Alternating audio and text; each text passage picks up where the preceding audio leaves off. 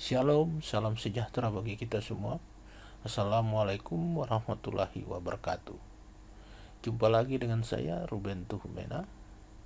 Pada video tutorial kali ini, saya akan menjelaskan tentang uji validitas dan uji reliabilitas dengan menggunakan SPSS. Semoga video ini bermanfaat bagi teman-teman semua. Pertama-tama saya akan menjelaskan tentang uji instrumen penelitian.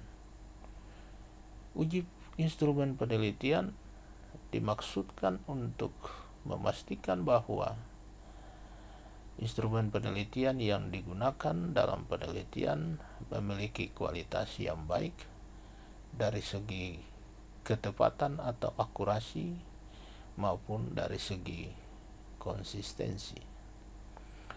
Uji instrumen penelitian, teman-teman, menggunakan uji validitas dan uji reliabilitas. Uji validitas bertujuan untuk mengetahui apakah instrumen penelitian mampu untuk mengukur apa yang ingin diukur. Uji validitas menggunakan korelasi produk moment Pearson dengan melakukan korelasi antara nilai item pernyataan dengan nilai skor total dari variabel tersebut. Instrumen penelitian dinyatakan valid apabila nilai R hitung lebih besar dari R tabel. Ingat teman-teman, nilai R hitung lebih besar dari nilai R tabel.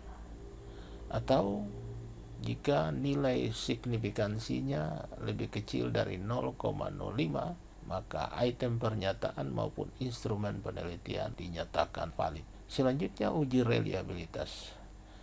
Tujuan dilakukannya uji reliabilitas adalah untuk mengetahui apakah instrumen penelitian dapat memberikan hasil yang konsisten jika instrumen penelitian tersebut diuji lebih dari satu kali pada subjek yang sama. Uji reliabilitas menggunakan koefisien Cronbach alfa. Sebuah instrumen penelitian ataupun item pernyataan dinyatakan reliable jika nilai Cronbach alfa sama dengan lebih besar dari 0,60. Nah, bagaimana jika seandainya terdapat item pernyataan yang tidak reliable? Ada 3 cara yang dapat digunakan untuk menyelesaikan persoalan nilai atau item pernyataan yang tidak reliable. Yang pertama, lakukan perbaikan pada item pernyataan tersebut, yaitu dengan memperbaiki kalimatnya ataupun penggunaan kata-katanya. Mungkin saja terdapat kata yang membingungkan atau memiliki makna ganda atau ambigu. Cara yang kedua yaitu dengan menambah item pernyataan pada variabel yang nilai reliabilitasnya rendah. Sedangkan cara yang ketiga untuk meningkatkan nilai reliabilitas tadi adalah dengan menambah jumlah sampel. Baik teman-teman, selanjutnya kita masuk dalam tahapan uji validitas dengan menggunakan SPSS. Saya telah memiliki data 40 orang responden. Dari 40 orang responden ini diperoleh nilai-nilai persepsi sebagaimana terlihat pada layar SPSS. Pada uji validitas dan reliabilitas, saya menggunakan 3 variabel bebas dan 1 variabel terikat. Variabel X1 terdiri dari 5 item pernyataan. Sedangkan variabel X2 terdiri dari 4 item pernyataan. Variabel X3 terdiri dari 5 item pernyataan. Sedangkan variabel terikat Y terdiri dari 5 item pernyataan. Untuk mengukur apakah item-item ini valid atau tidak, maka pertama kita klik menu Analyze, kemudian arahkan kursor ke Correlate. Setelah itu klik Bivariate, maka akan muncul kotak seperti ini. Pertama akan dilakukan analisis atau uji validitas untuk variabel X1. Dilakukan dengan cara blok item X11 sampai dengan total X1. Kemudian klik panah untuk memindahkan item-item dan nilai total itu ke kotak variables. Nah, sebelum dilakukan atau sebelum klik OK, teman-teman harus pastikan lebih dulu bahwa teman-teman telah melakukan centang pada kotak Pearson. Mengapa Pearson bukan Kendall dan Spearman? Karena dalam contoh kali ini alat analisis yang digunakan adalah regresi berganda, di mana salah satu syarat dari regresi berganda adalah data harus berdistribusi normal. Nah, korelasi Pearson ini tepat digunakan atau lebih tepat digunakan untuk data-data yang berdistribusi normal. Selain itu, teman-teman klik to tails, kemudian klik kotak flag significant correlation. Hal ini akan membantu kita karena pada hasil analisis nanti akan diberi informasi apakah itemnya sangat signifikan atau bahkan tidak signifikan. Selanjutnya klik OK. Hasil yang muncul seperti ini. Nampak bahwa nilai R hitung untuk 5 indikator variabel X1 ini cukup tinggi. Kemudian terlihat pula bahwa nilai signifikansinya lebih kecil dari 0,05.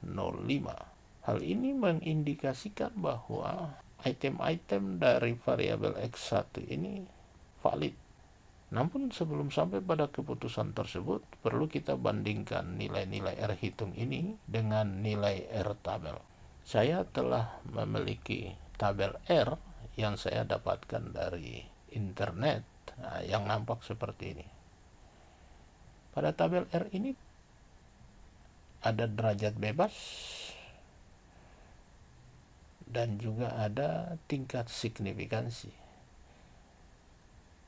Rumus derajat bebas adalah N kurang 2. Tingkat signifikansi yang kita gunakan di sini adalah 5% atau alfa 0,05. Dengan demikian maka jumlah derajat bebas dalam contoh ini adalah 38 dengan tingkat signifikansi 5%, maka diperoleh nilai R tabel 0,3120. Jika membandingkan nilai R hitung dengan nilai R tabel, terlihat bahwa nilai R hitung lebih besar dari nilai R tabel. Dengan demikian seluruh itemnya dinyatakan valid. Selanjutnya kita klik Analyze untuk variabel berikut. Arahkan kursor ke Correlate, kemudian klik Bivariate.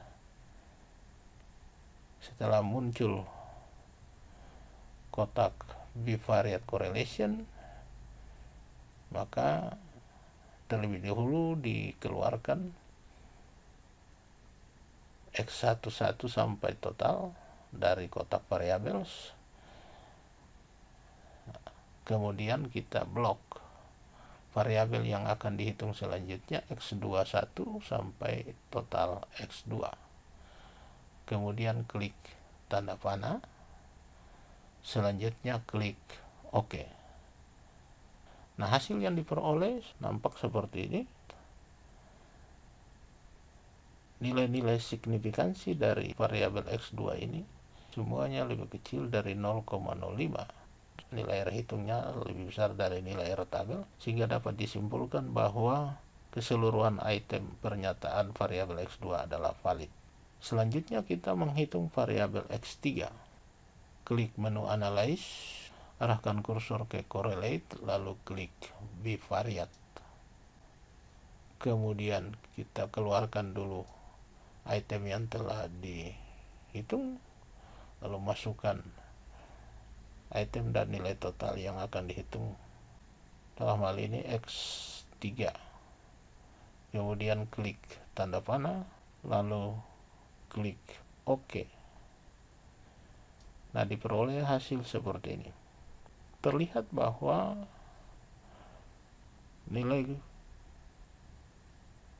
hitung variabel X3 khususnya item X1 ini lebih rendah dari item-item yang lainnya, namun masih tetap lebih besar dari nilai R tabel, sehingga dapat disimpulkan bahwa keseluruhan item variabel X3 ini adalah valid. Selanjutnya dihitung variabel Y, klik menu Analyze, arahkan kursor ke Correlate, lalu klik bivariate, kemudian blok variabel X3 kembalikan ke tempatnya semula, lalu blok variabel Y, kemudian klik tanda panah, lalu klik OK. Hasilnya seperti ini. Nah, variabel Y ini mengindikasikan bahwa item-item pernyataannya valid karena nilai signifikansinya semuanya berada di bawah 0,05. Jika kita bandingkan nilai R hitung variabel Y ini untuk seluruh itemnya lebih besar dari nilai R tabel, sehingga bisa kita simpulkan bahwa keseluruhan item variabel Y ini adalah valid. Nah, selanjutnya kita akan masuk dalam uji reliabilitas. Untuk uji reliabilitas, kita klik menu Analyze. Teman-teman klik menu Analyze, arahkan kursor ke Scale, kemudian klik Reliability Analysis. Kita akan lakukan uji reliabilitas dari variabel X1, blok variabel X1. Nah, perlu diperhatikan bahwa yang dihitung hanya itemnya saja, tidak termasuk nilai totalnya. Selanjutnya klik panah. Nah, sebelum klik OK, kita klik lebih dulu statistik, item, scale, kita centang pada itu, dan scale if item deleted. Kita pastikan bahwa kita centang pada ketiga bagian ini, kemudian klik continue, lalu klik OK. Nah, hasil yang muncul seperti ini. Di sini ada hasil Cromba Alpha untuk keseluruhan item dan untuk masing-masing item. Nah, terlihat bahwa untuk keseluruhan item nilai Cromba alfanya cukup tinggi, 0,702, lebih besar dari 0,60. Sementara untuk item terlihat bahwa ada dua item yang nilai Cromba alfanya lebih kecil dari 0,60, yaitu X11 dan X14. Artinya dari segi analisis per item nampak item X11 dan X14 ini tidak reliable. Nah, karena ini uji item, maka seyogianya kita berpatokan pada hasil Cromba alpha setiap item, bukan pada nilai totalnya. Nah, ini mohon diperhatikan teman-teman, karena walaupun secara total reliable, tapi ternyata untuk masing-masing item terdapat ada item yang tidak reliable, sehingga menggunakan item ini jauh lebih memberikan hasil yang akurat. Selanjutnya kita hitung variabel X2. Kita klik menu Analyze, arahkan kursor ke Scale, kemudian klik Reliability Analysis. Nah, kita kembalikan dulu variabel item dari variabel X1 ke tempat semula. Kemudian kita blok itemnya saja dari variabel X2. Jadi item saja, jangan lupa teman-teman tidak mengikutkan nilai totalnya. Kita klik panah, lalu kita tidak perlu centang lagi pada apa yang telah kita centang tadi karena masih tersimpan, itu ya. Karena itu kita langsung klik OK. Kita klik OK. Hasil perhitungan terlihat sebagai berikut. Nah, di sini terlihat bahwa untuk variabel X2, nah secara keseluruhan koefisien Kromba alfa nilai totalnya adalah 0,793. Artinya reliable. Apakah nilai masing-masing item, nilai Kromba alfa masing-masing item juga reliable? Nampak bahwa demikian teman-teman. Nilai Kromba alfanya lebih besar dari 0,60 untuk keseluruhan itemnya. Artinya bahwa keseluruhan item dari variabel X2 ini adalah reliable. Selanjutnya kita hitung variabel X3. Klik Analyze. Arahkan kursor ke Scale. Klik Reliability Analysis. Kemudian kembalikan dulu variabel X2 ke tempatnya semula, lalu blok item, ya, item dari variabel X3, jadi X31 sampai X35, kemudian klik panah, selanjutnya klik OK. Nah, hasilnya seperti ini. Nampak bahwa secara keseluruhan koefisien Kromba alfa variabel X3 ini tidak reliable karena nilainya lebih kecil dari 0,60.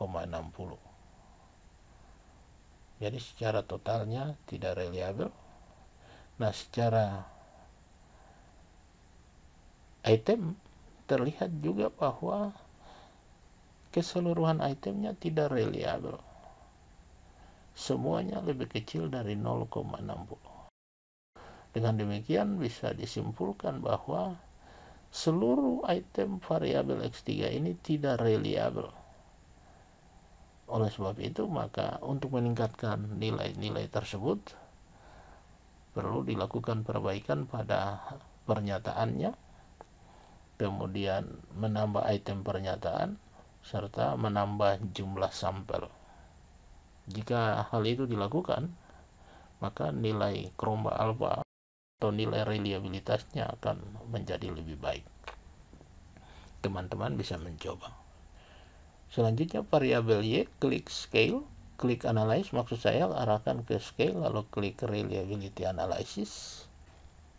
Kemudian blok variabel yang telah ada sebelumnya, kembalikan ke tempat semula, kemudian blok item